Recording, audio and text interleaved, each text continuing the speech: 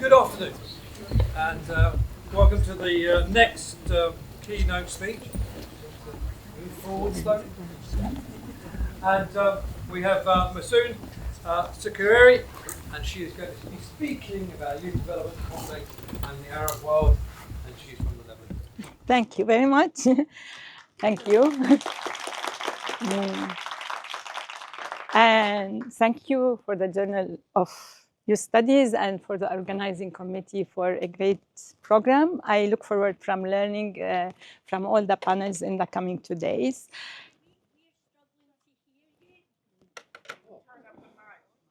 I don't know. So it's on. Can you hear me? Maybe you should come closer. I will just sit. These are not counted from my time. No, this isn't counted from your time. No. The microphones are fixed to the table here, folks, so we are fairly limited in what Mayssoun can do for you. Okay. Can you hear me now? Okay, so I will stand like this and not move. Okay, so thank you very much, and I hope I'm worth it. Today I'm going to do 3 things in the talk. I will start by talking about the youth discourse and what is going on now in the Middle East in terms of the war. Then I will talk about youth as a generative concept, and this is really important for us to reflect on in youth studies. And then I will move to talk a little bit about applying what I call the youth as generative concept to my latest work on the youth development complex in the Middle East, in the Arab world. And I really look forward to your comments and questions at the end of the talk. So, just August 11, it was the International Youth Day. So Arab government and youth organization, youth NGOs celebrated Arab youth. So the Minister of Youth of the UAE, who is also the head of the Regional Arab Youth Center, launched the country's Youth Strategy 2031 and called Arab nations to prioritize investment in youth. In Jordan, UNICEF and the Jordanian Ministry of Youth celebrated the International Youth Day with proclamation about the importance of youth. So the ministry and UNICEF released a statement that reaffirmed commitment to foster innovation and entrepreneurship opportunities for young people in Jordan and the Arab world to be able to innovate, grow, and thrive. So the Pan-Arab youth NGOs like Injaz and Education for Employment Foundation that I will talk about later celebrated by giving awards for Best Entrepreneur, Best Company Team, Best Project, and New Youth Leaders. Sorry. So, but let's step back for a moment for some perspective. While all these celebrations of Arab youth were going on, a plausible genocide in Gaza was continuing. By the International Youth Day on August 11, more than 16,000 children or 26,000 under 30 had been killed since the beginning of the war. 17,000 unaccompanied, 17,000, yes, unaccompanied youth and children, and thousands are missing. According to the UN, the scholasticide in Gaza has destroyed at least 90% of the school. All 12 universities are destroyed. Thousands of children and teachers have been killed. More than 700,000 school and university students lost their academic year. Okay, the issue here is not just the Arab government and youth organization working with Arab youth were completely silent about what is happening to young people and their families in Gaza on International Youth Day. It is they have been silent throughout the genocide. More than this, youth NGOs that had previously been working in Gaza before the war have all pulled out of Gaza and said nothing about their concern regarding the young people they were working with previously there. The only action of Injaz and EFE, the largest Arab youth NGOs, which used to operate from Gaza, was posting a black box like this, on October 12 with no words. In other parts of the Arab world, these youth NGOs continued their youth empowerment and leadership as usual. Youth in Gaza were ignored,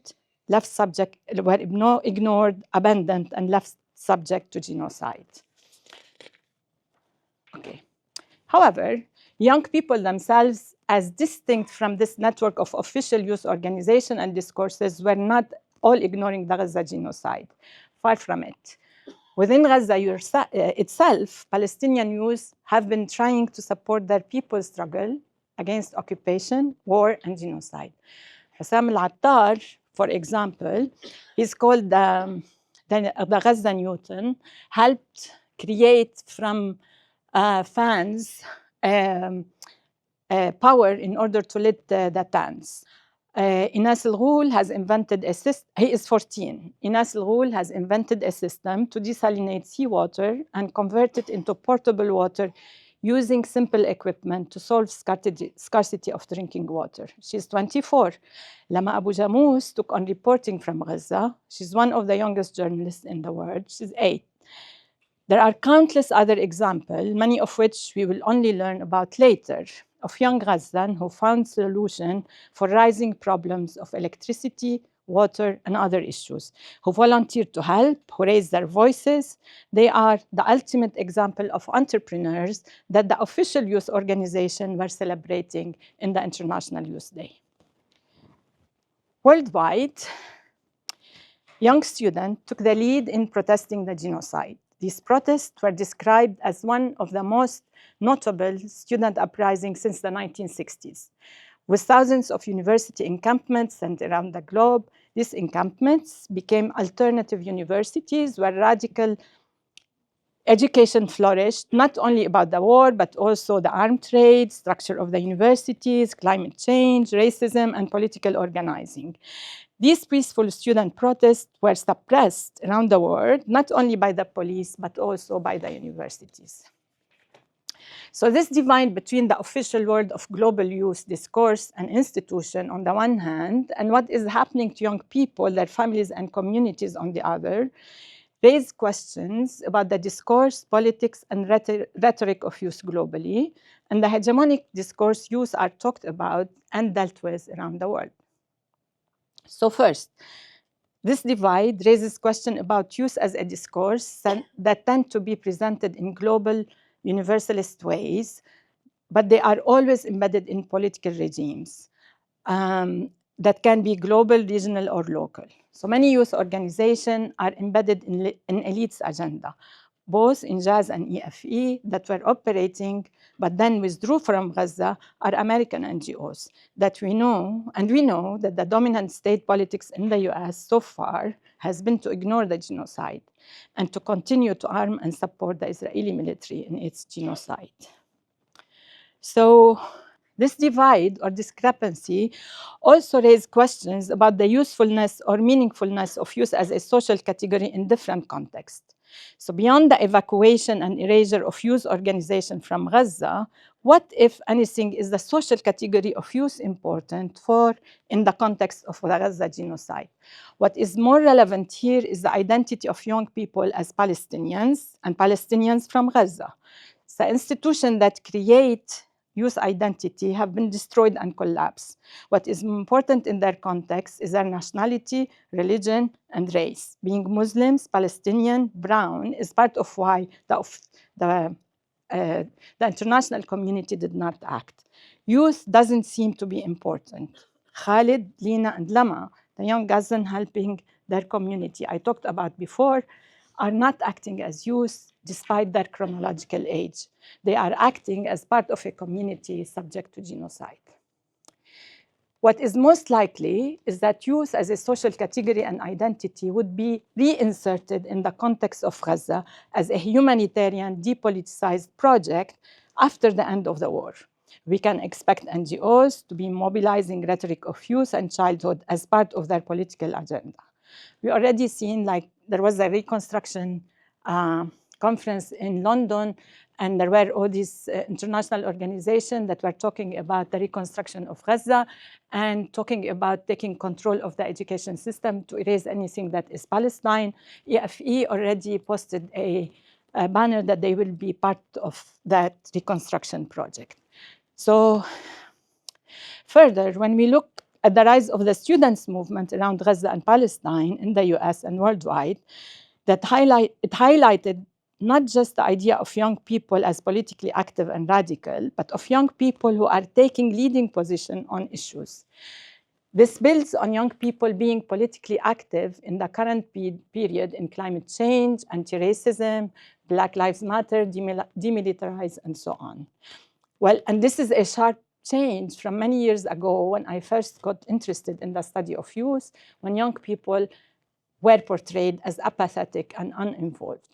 Yet, at the same time, it's not clear that the student encampment and mobilization have been done in the name of youth per se, but it is the identity of being a student, whether at school or university level, that came to the foreground. Here, we have to raise questions about student identity, student life, and the structure of education system that are helping shape the students' uprising questions. So we have to question like the student debt, alienation, lack of opportunities, precarity, disenchantment of education as a way for social mobility. But also we need to raise questions about the rise of the leftist or radical rhetoric after the 2008 crisis, anti-racism, decolonize, climate change, and the study and critique of capitalism. Finally, in the context of the student movement, of the repression of the students' movement for Palestine, we have seen the mobilization of claims of outsider influence, accusing student encampment of being led by or instigated by outsiders who are not students and not young people, but are controlling the movement behind the scene. This claim of outsider influence on youth has a long history. We are told youth activism should have no ties with adult circle where young people are used as pawns. This is, of course, a problematic discourse that severs young people from broader communities, as the example of young people from Gaza tells us. Because, of course, when we look at the students uprising over Palestine, students are responding to and engaging with wider communities they may encounter in the media, family, religious institution. They are part of a broader world, and at the same time, they are exercising leadership and strong agency on taking action on Gaza. Okay. This brings me to the second part of the talk, in which I will reflect on youth as a generative concept. Well, it is my stop the clock moment in youth studies, and I also would like to thank it is on the pages of the youth studies that I reflected on these ideas. So I start with a reflection on youth in relation to the current situation in Gaza because it helps to highlight some of how I think about youth and have approached youth approached the field of youth studies. So as a field, youth studies tend to focus on reporting and applying the empirical actions, experiences, and interests of young people. Of course, this is really important. And it is in many ways the way I started to be, I became interested in the field myself. But over time, it felt increasingly important to me to shift the analytic gaze away from just looking at what young people are doing to focus on the broader discourses and social institutions that are mobilizing rhetoric about youth for different agendas, and that impact not only the lives of young people, but also the wider fabric of society and the economy. A second and related concern is that youth studies often seem to be framed as a derivative or applied field of study. The default seems very often to take theory and research from elsewhere, Foucault, Bourdieu, sociology, psychology, cultural studies, or something else, and apply them to the study of youth and young people to build up understandings of their situations and experiences. Again, of course, this can be very important, but I also feel that it sells the field of youth studies short and misses an important opportunity that in contemporary global society, youth as a social category has become generative and important in organizing or shaping not just the lives and experiences of young people themselves, but all kinds of fields of social action and social institutions. So there is a need and an opportunity for youth studies to turn its gaze outward and to draw on the youth as a discourse, as a social category, as identity, and apply this to our understanding and analysis about global politics, global economy, social movement, and all kinds of social institutions. In other words, there is much that other disciplines and fields of study can learn from the careful reflexive analysis of youth. To do this, I have pointed to the importance of several key approaches. One is never to take the identity and social category of youth for granted, but to always ask how and whether and why it has been mobilized and is relevant and meaningful in any particular context. So it's not just the fact that a social event or encounter involves individuals who are young in chronological age that matters, but attending more to precisely how youth as a particular identity is being invoked in any given setting or institution. For example, when we look at the genocide in Gaza, there are clearly places where youth is relevant and is being mobilized as a social category, whereas in other places, it's not mobilized, and there are often other social categories and identities that became more important and relevant. A second related approach has been to take what I have referred to as a political economy approach to the study of youth. By this, I don't mean drawing on any particular theoretical framework, but rather widening our lens to attend to how youth is embedded and is constitutive of a totality of social and economic relation. In other words, it's a call to extend the focus of youth studies outward, to consider activities and agendas of a wide range of social actors. And this will bring me to the final part of my talk. So building on these opening remarks, I would like to talk about some of the research I have been doing in mapping out the spread of what I call the youth development complex throughout the Arab world. And it's over the past quarter century. So by the term youth development complex, I'm referring to the operation of a diverse transnational network of state, private sector, civil society, and international development and aid organizations working in both the West and the Middle East. It's a transnational network that creates the infrastructure through which discourses, practices, policies, and institutions around youth are spread around the Arab world.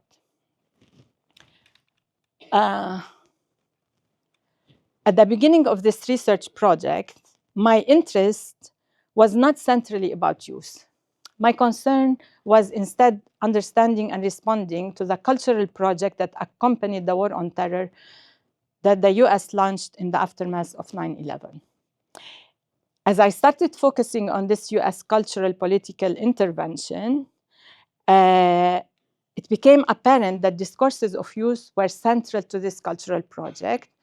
Through the formal education system, there was a regional change of national curriculum. They were administered by USAID and the World Bank. Some of these national curriculum change were placed in the American embassies, like in Jordan. Through non-formal education, so there was the creation of magazines and radios that targeted youth.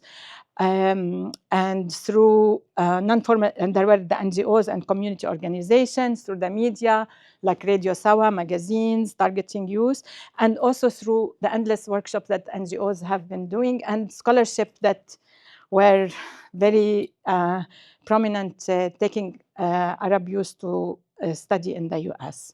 It was all under the rubric of de-radicalizing Arab youth. A whole project of cultural, economic, and political change was underway. A decade later, in 2010, the Arab Spring swept the region. But I soon realized that many of the organizations, ideas, and practices that I had been studying in the context of US war on terror at the beginning of the 21st century had continued on beyond that time and were having a presence in the context of the Arab Spring in a number of contradictory ways, framing not only how the uprisings themselves were understood and explained through the lens of youth and youth unemployment, but also somehow of the forces of the counter-revolution were organized and legitimated to contain and control and redirect this uprising. Some of the exact same organization I had been studying, JA and EFE and others, were centrally involved in this process. Following the Arab Spring uprising, a process of political restoration and counter-revolution kicked off and has been ongoing as a dominant process in the region. In the process of counter-revolution and restoration, again, youth was centrally present, partly as an attempt to explain the failure of the Arab Spring, so they are young and they don't know what to do because it was youth uprising, through the narrative of youth, but also the power of the previous generation, and perhaps more importantly, youth policies became more important in the process of restoration. I realized that what I had been tracing empirically and studying theoretically wasn't just about the war on terror, but more generally about trying to understand how certain ideas, in this case about youth, become globally dominant. Of course, this was a very particular context, shaped by the war on terror, and led by the US and other powerful actors, but in some ways, this helped to make it more accessible and clearer to trace out processes that in other time and place might be harder to document carefully. How exactly do certain ideas, policies, ideologies, discourses, and practices are spread around the world? In this way, the focus on youth is of course important and interesting in and of itself, not only for the way we understand youth and young people, but what is equally important is that the focus on youth help us understand all kinds of other cultural and economic issues. So to address this question, what I tried to do is follow closely two key organizations involved in this, namely Junior Achievement, and it's called Injaz in the Arab world, and Education for Employment Foundation. So Injaz and EFE are highlighted here because they help to show both some of the diversity, but also the uniformity of the organization in the global youth development complex. On the one hand, Injaz and EFE are quite different types of organization.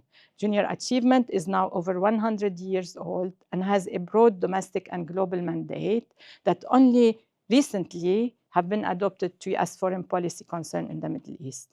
By contrast, EFE is a new organization. It was created after 9/11 and it only worked in the Middle East. But it has no operation in the US itself. On the other hand, Injaz and EFE are both remarkably like one another. Beyond the fact that they are both American-based and born organizations working with youth in the Arab region, they are the largest youth NGOs in the region. It's pan-Arab.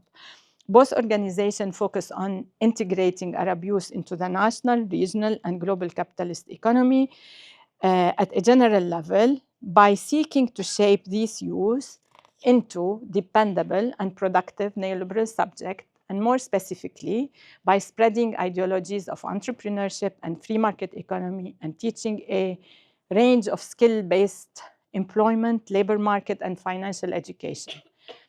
Both organizations have also sought to develop and disseminate their work in the Arab world in much the same ways, through engaging with the same network actor and processes, with the Arab business elites, basically, and government. So as I trace the work of this youth development concept in the complex in the Arab region and the spread of discourse, policies, institution, and program around youth, there are several key themes that emerge, and I want to focus on 4 of these. So first, there is the theme of temporality. and the issue of longitudinal research studies. The significance of discourses of youth can look different in different places in different periods. Youth after the war on terror were displayed as prone to terrorism who need to be de-radicalized. Youth during the Arab Spring became the revolutionaries who are working for change. Youth during the counter-revolution became a central site for re-establishing stability, control, and order throughout the region. At a certain point in time, the US-led agenda of promoting youth identity and programming in pursuit of its interest in the Arab world could look like a complete success. At other times, like a total failure. So if we were to look at a single time in the region, it will tell one particular story about youth policies and youth discourses. But then when we look across times, this becomes more complicated, and we find several conflicting and often contradictory stories about youth policies, and youth discourses. A second key theme is the importance of spatiality, of the spread of ideas, and the role that key cities and city network play in the global spread of ideas. As global and gateway cities are vital for organizing the expansion of financial capital and commodity production around the world, so too they are very essential for organizing and mapping the spread of dominant key ideas that are central to the working and reproduction of global capitalism. In this process, particular kinds of globally connected urban spaces are essential. So global and gateway cities are where the scales of the global and the local directly come together. So when it comes to the global spread of ideas about youth in the Arab world, Washington, D.C. is one of these cities. It's a global ideas city where many of the currently dominant ideas, policies, and practices on youth and youth development were initially produced, assembled, and disseminated. The importance of DC is related to the fact that USA remain a global hegemon and have exerted cultural power in the world. This is not about the US government, however, but it is about all the other actors that came to DC to exert influence as well. This include a set of American and international non-governmental organizations, international organizations like IMF, as well as different lobbies and representatives of other states around the world. EFE headquarters are in Washington, D.C. JA Worldwide opened headquarters in Washington, D.C. International Youth Foundation is based in Washington, D.C., and so on. There is another set of cities, though, that play an important role. They are not global cities like DC, but cities that have regional importance. In the case of the Arab region, we have Amman and Dubai. Amman, the importance of Amman is related to a whole set of geographical and historical relationships that exist between the state of Jordan and global hegemon. Amman has become a gateway city to the Middle East region, where many of these ideas, policies, and practices about youth were first introduced, incubated, piloted, and adopted to the Arab context. Both Injaz and EFE, for example, were launched in Amman, tried on youth there before they started to open chapters in other countries with lessons learned from Amman.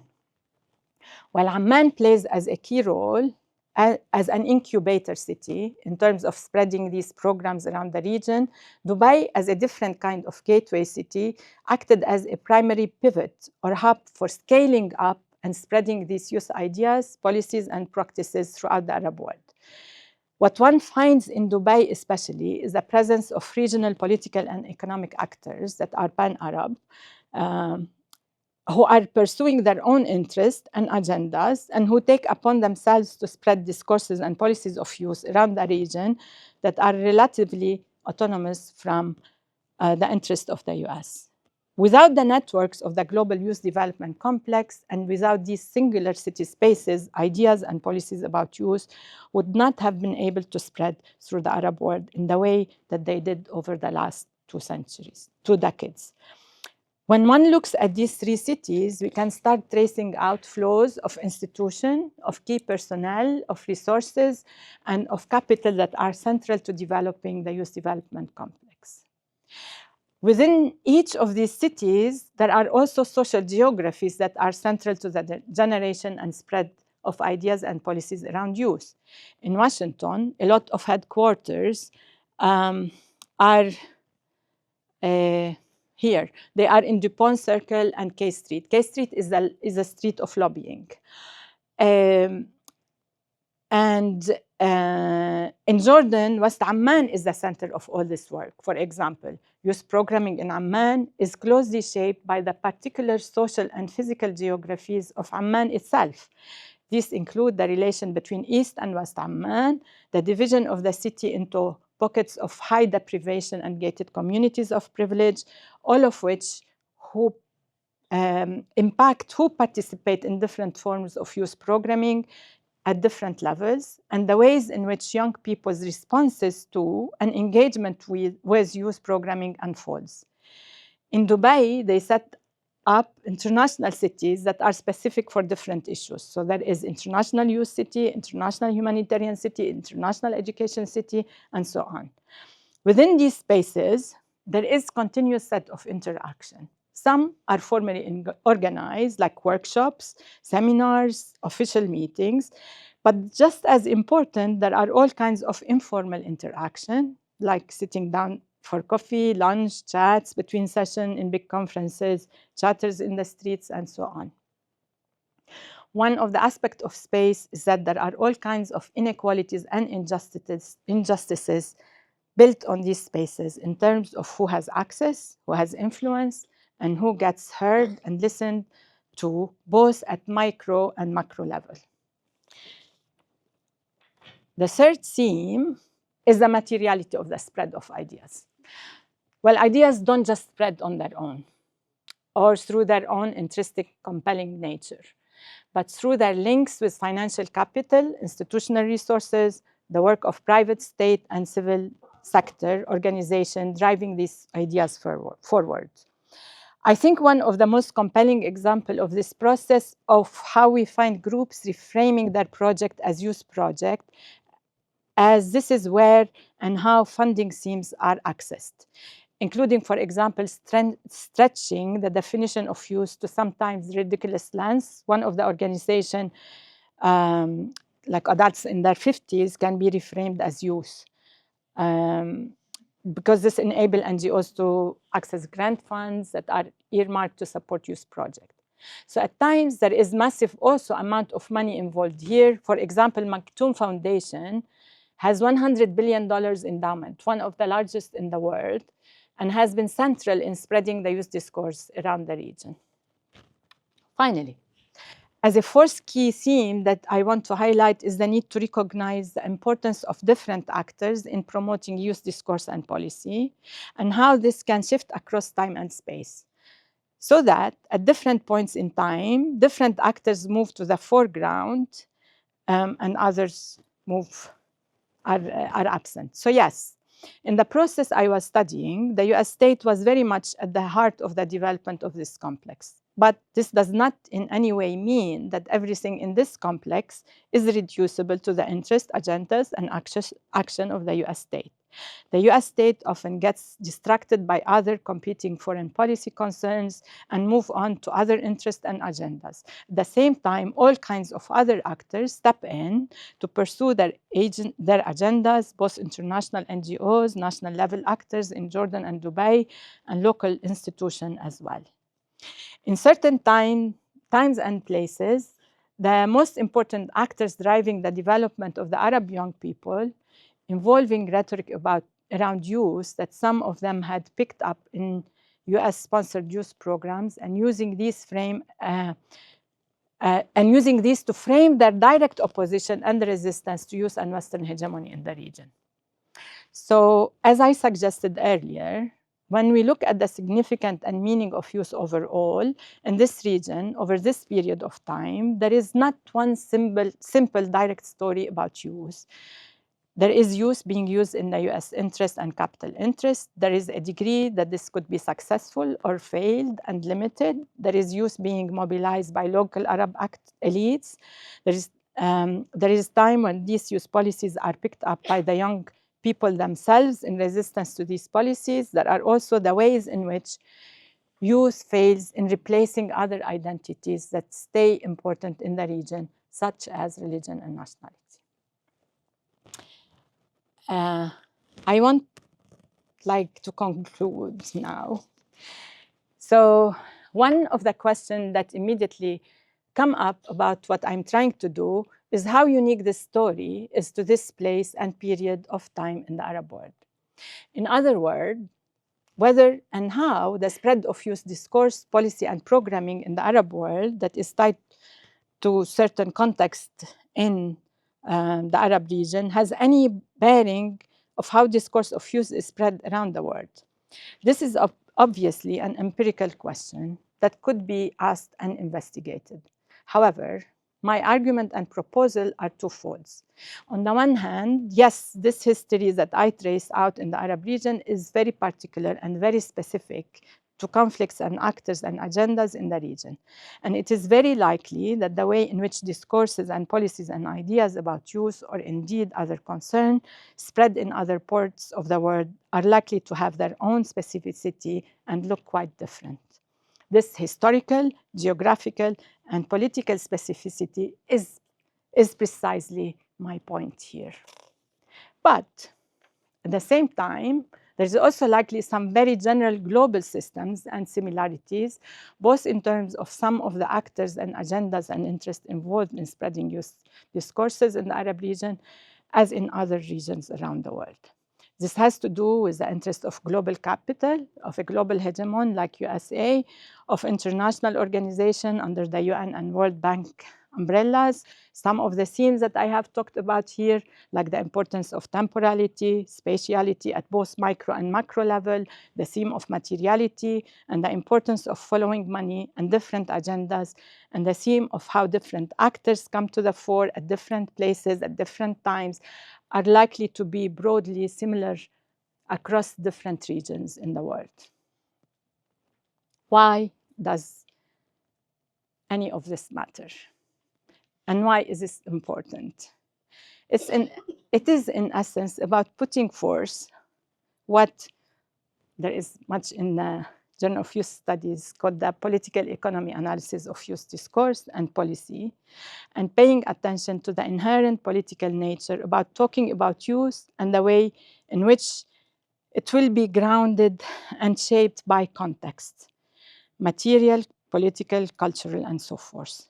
So when we come to think about youth discourse and youth as a social category in the current genocide in Gaza, mobilization of youth that takes place or the disappearance of youth that may occur, all have important local, regional, and global histories. These are essential to understand whether we are looking at organizations like EFE and JA showing up in the reconstruction project to rebuild Gaza after the war and the genocide, or whether we are trying to understand social and political resistance among Palestinians in Gaza, or whether to think about the global significance of global students' movement that broke out about Palestine and the repression that followed. So youth as an idea acts on the world by shaping policies, has spread globally. It doesn't mean that youth as a category has not existed before, but it is the way in which it has been put to change policies that matters. Ideas matter, and they do have consequences. They act in the world, and they are an integral part of the ethics of research. Thank you.